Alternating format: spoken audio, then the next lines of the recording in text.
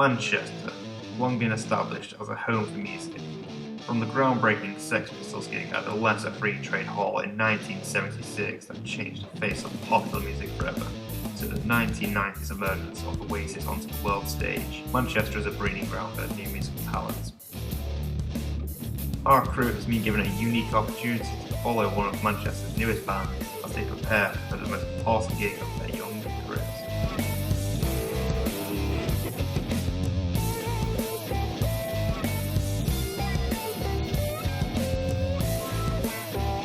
We are zombies.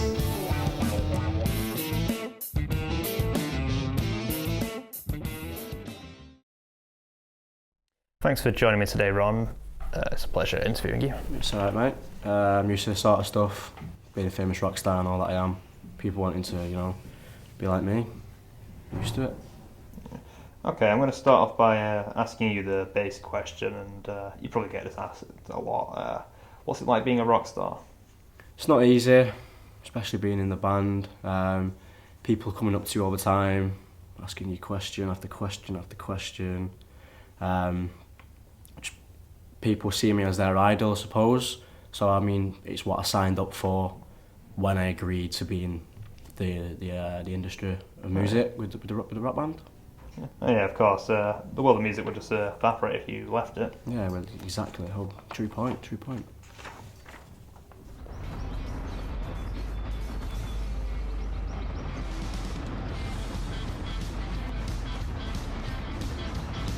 So how are we both feeling about the gig next week? We're playing at the main one finale. Look forward to it. It's going to be a good experience, good laugh. Hopefully we can smash it out of the park. I think if we keep doing what we're doing when we're on stage together as a band, you never know what's around the corner for us. You never know. See, I know that you love what you do, but what about your fellow band members? How would you describe them? Oh, tough question. You never know with that lot. At times, they're good. At times they're bad. Fighting, not physically, but verbally with each other. Listen, I'm watching a video here online, and someone's made a video of us on YouTube, and the caption is, "Wow, the world's and most hilarious metal rock band in the world ever." This can't be happening. No, this can't be happening. I'm sorry, it's not good enough. End of the day, we're out to perform at a high standard, not just for ourselves, for the fans, for the manager, for the world, and it's not good enough. I'm not leaving the band. The person should be leaving the band if anything, which is not going to happen, but if you want to, it's you, because it's not... No. Why should we split up for the sake of you not doing a good job? We can't be named as the world's most bloody worst and most hilarious metal rock band ever. It's not what we do. We didn't sign up to be this named up. Hello? Do you feel like you should ever sort of leave the band and become a solo artist? At times, yes, I do think of it. But then I see it as when we all agreed as a band to be a band, we agreed as a team. I see them as like brothers, the family. At times they can get a bit on my nerves, but yeah, we started together, we finished together, we're a team. Yeah, I can understand that. Going from working with your best mates who you all see as brothers to working alone, I know I couldn't do that. I'd be the same. Just waiting for my tattoo to get done. Shouldn't be a pain. Got a good idea, getting started. Should be alright. There we go. Step it down. Hold on. Don't look at me or the I do it. Did you see it, Rich? Right? What do you think you're doing? Mate, this is permanent. I'm gonna go. You can't see. So many guitarists like yourself say the first guitar you ever get is sort of the best one you'll ever have. What was your first guitar and when did you get it? It was around about 7 years old. I got it for Christmas on my birthday. It was one, I think it might have been Christmas. It was I remember for Christmas I always get up early in the morning, rush downstairs, and when I opened it at first I didn't know what to think. Looking at this instrument, I didn't even know it was an instrument at the time. I was that young. It must have been a hint from my mum for me to get into music, rather than sit at home all day on my Xbox on my phone doing nothing. Get into something new, get a little hobby going for myself. Hopefully in the future, like now which has come, I'm a famous rock star, guitarist, musician. I've got it in the side if you want me to just get it out. So it's just a little elevation guitar. It's a little small thing, everything's fine, strings aren't rusty. Yeah, the pegs at the top are still working. Everything's in good nick. It's just that compared to the guitar I've got now, which is an Epiphone Junior, this has got nothing on that. My last question, and probably the most important one, is what do you love about music the most? I guess it's just a pure passion I have for it. Creating something new no one else has. It's your piece of music. No one's allowed to. You can always make new stuff out of music. There's like a never-ending process towards music. Despite their fierce insistence on independence, the band does not entirely work alone. Paul Stevens has managed the group since their inception. Would you say that you're a major influence on the band? Oh yes, definitely. You know, I see myself as a kind of mentor, very much a guiding presence in their professional and their personal lives. A kind of father figure? Yes, exactly. Exactly. Shut off. No, shut off, all of yous. Not enough. It's good, mate. Let me play that.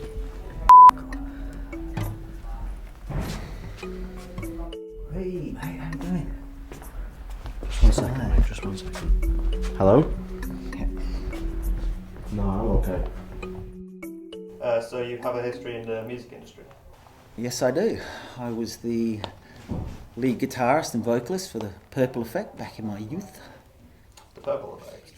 Yeah, we were, well, I suppose you could call us pioneers, really. You know, we were one of the first independent bands to really experiment with breaking the shackles of conventional Western music. You know, really weird, out there experimental stuff.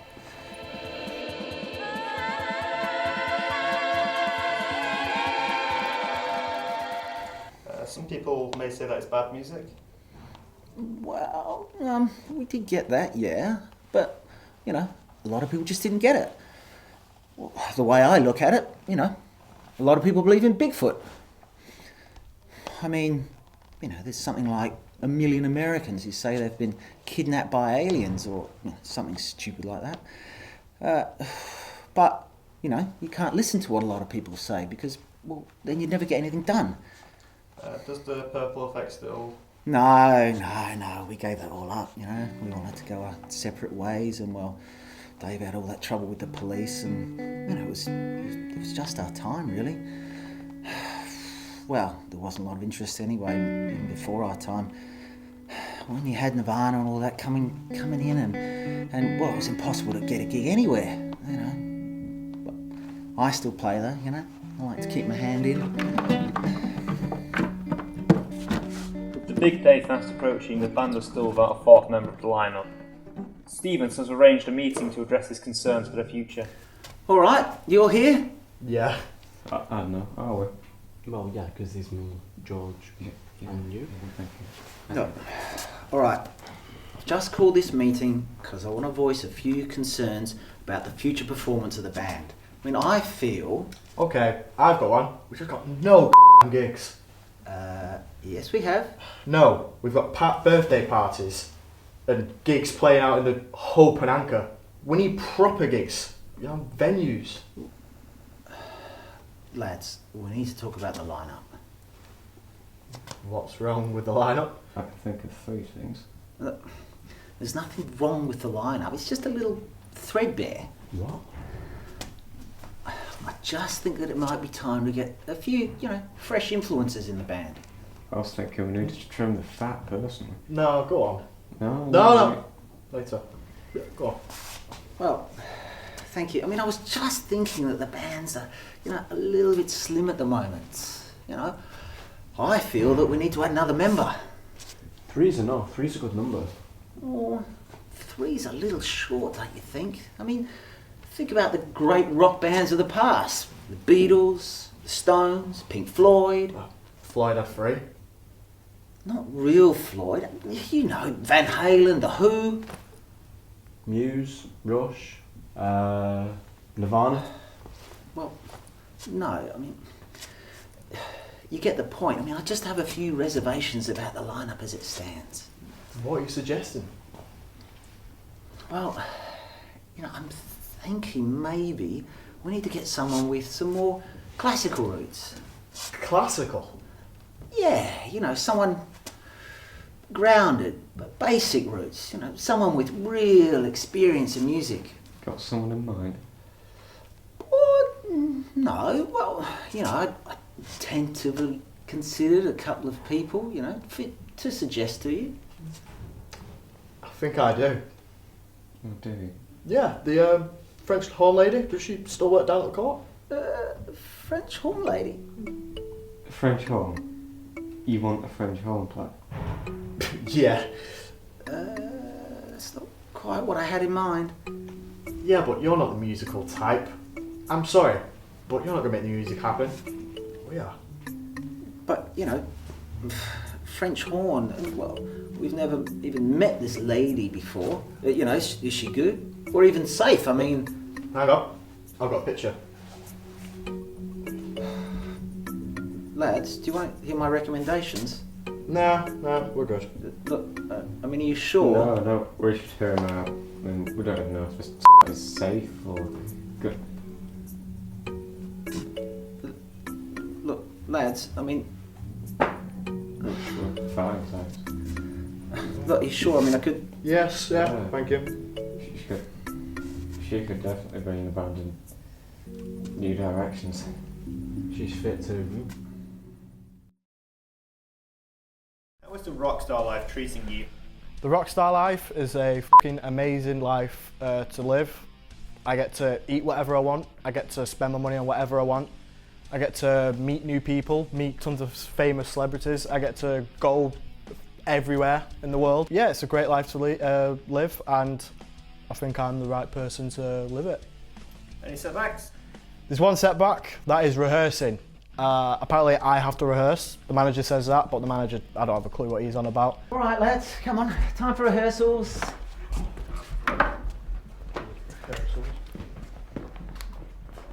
No one listens to the manager. Well, I don't. I think the other two do. But yeah, I don't need to listen to the manager.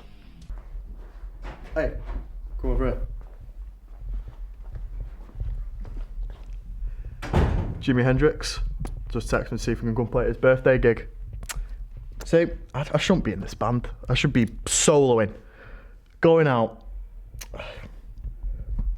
No problem. Jimmy. Just come out from the rehearsal room. Paul Bugger Sledge thinks you're talking to Jimi Hendrix. What he don't know is I tapped into his phone the other night, changed my name to Jimmy, rest his soul. You didn't actually believe that Jimi Hendrix is alive? Jesus, he's more thick than I thought he was. Yeah, he thinks it's possible to be talking to Jimi Hendrix, but what he doesn't know is actually me. Let's do that. Yeah, there we go. Smashing. Hey, you and your guitar have a pretty close relationship. Yeah, by guitar you mean Veronica? Yeah, it's pretty good relationship. Is the love there or?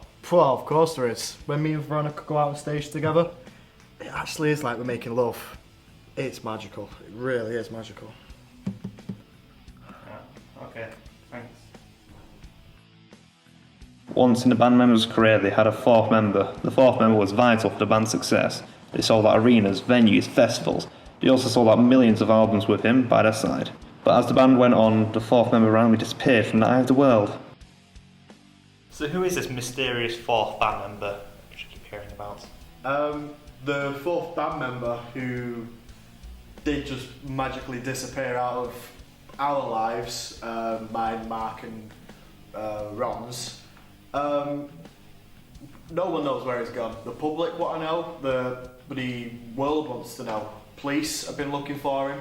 We've especially been looking for him. He was the one who kind of got us in the, you know, the big arenas and places like that. But now we've kind of, as we say, gone down the pecking order. But now we're making our way up because I've stepped my game up. Well, I can't tell you, unfortunately. I can't tell you nothing about him. This is a frigging joke. I don't know what you're playing at.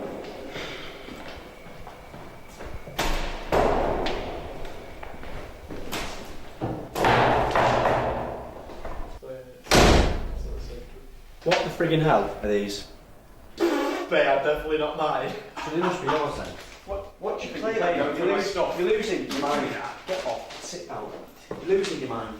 Who've we got here? Friggin' the Beatles, Queen. We've even got Oasis, all with our faces on. I don't know what you think you're playing at. It's a work Take in them. progress. Work in progress. Don't know why you're laughing. Why? You believe him when he says he's Jimi Hendrix, don't you? What do you mean he's Jimi Hendrix? I love Text Jimmy. Go, Jimmy. text Jimmy. Do it now. He's Text my Jimmy. name. Text Jimmy.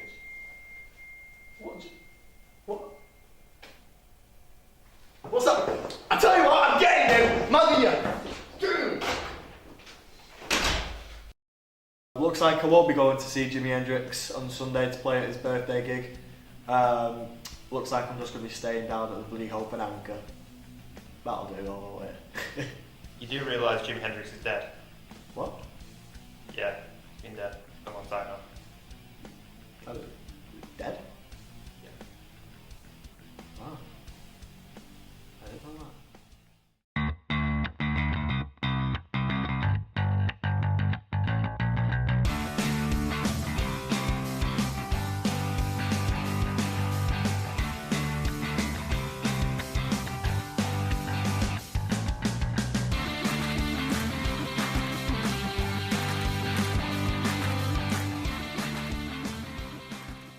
How strong is your friendship with Mark? He's alright. Get on with him quite well, but bit snobby. I hate his guts. So I caught you and Mark arguing over something, and it seemed to get a bit violent. Do you mind telling us what that was all about? Well, yeah, apparently he accused me of breaking his guitar. I don't have a clue what he's on about. People will say you and other people say that it was quite heated. No, I didn't think it was quite heated. I dealt with it quite well. I think he just blown his top as usual. But yeah. It's anyway, really. But. So yeah, this is my collector's edition of my. Hello, mate. How are you? What the have you done with Emmanuel? Emmanuel meaning, your guitar in the other room, in the case. Oh shit! My guitar is in the other room. You know it's not in the other room. But it is in the other room. No, it's not. Shit, you were the only person here last night. I know it was broken last night. No, it wasn't me. I'm telling you. If it was me, I would tell you. Probably the production. The production team, so they've all signed saying that they won't mess with my things. Because some of us have moral standards, yeah? It wasn't me. If it was me, I would tell you. You're lying. You probably put it on a shelf. You're lying to me. Look, I'm not lying. look, No. you're doing that thing with your hands that you lie. You know, I'm not lying. all the time you're doing this. You You're lying. are just boring me. I've had enough. I'm gone. I've had enough. You know they record everything, George. No, that. What? They record everything, George. You've just gone there. I tell you what, I've had enough. You do not call me that. We've gone there. Oh, sorry. Have you got a problem with calling me George? Yes, I'm now angry, I'm frustrated, and you know what? I've had enough. Oh, of course not. You know what? No. Oh, sorry. Have you got a problem, George? Yes. I'm Have you angry. got a problem with calling me George? Yes. What's around goes around. Telling you. Oh, you mean what goes around comes around, you lunatic? No, I am not a lunatic. This is me. Oh, calm down, you bloody Tell you what, idiot. no, I've had enough of you. Go on. Go on. Go in. I don't know what's wrong with them. Whoa, where are you going? Where are you going? Off, I don't want to speak to you. Stop it. Right, that is it. Don't want to speak to you. Go away.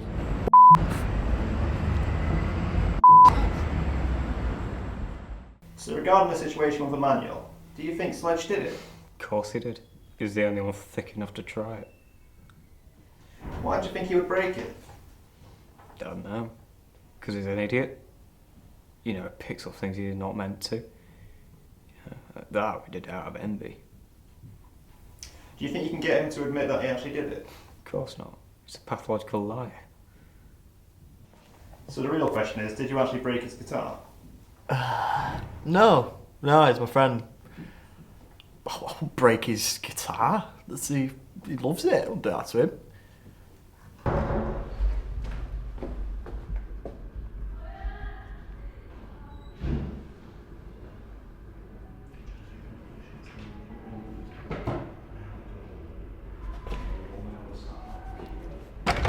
Hey, what are you doing out here?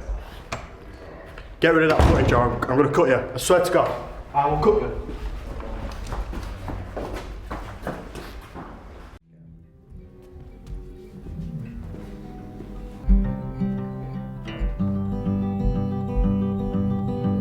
Having found no fourth member of the band in time for the big night, the band has conscripted Paul to play bass.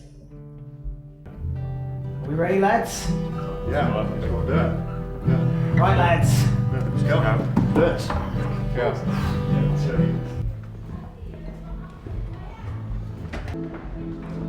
They're ready for us, I think.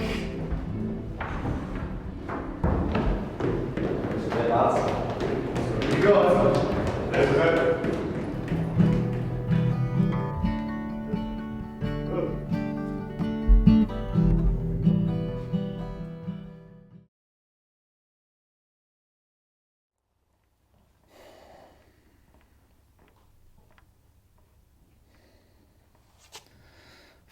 Of course, it wasn't meant to last, really. You, keep quiet. You know what? Why are you talking? We were pioneers, really. But the thing is, pioneers never last. You know, the Sex Pistols, the Buzzcocks. Tell you what, I won't pay my guitar. Right, I know that. Yeah, it's a pity really. We had a good thing going.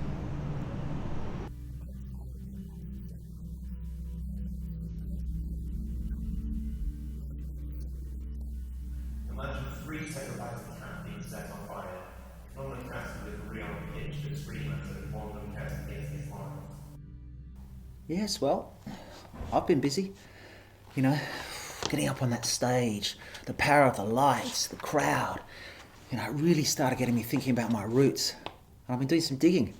You know, Ralph's not up to much at the moment, and they say Dave will get out on good behaviour in a couple of months. Ah, so the Purple Effect Part 2. Purple Effect Part 2, although we were thinking the second coming. Is that too pretentious? Well, I'm doing a few gigs on my own here and there. I'm a solo artist at the moment. I don't look to be getting into another band anytime soon, you know. I suppose I wouldn't change anything. Like I said, at the start everything went well. It was just towards the end where things got a bit rattly, and I suppose that's what caused the breakup.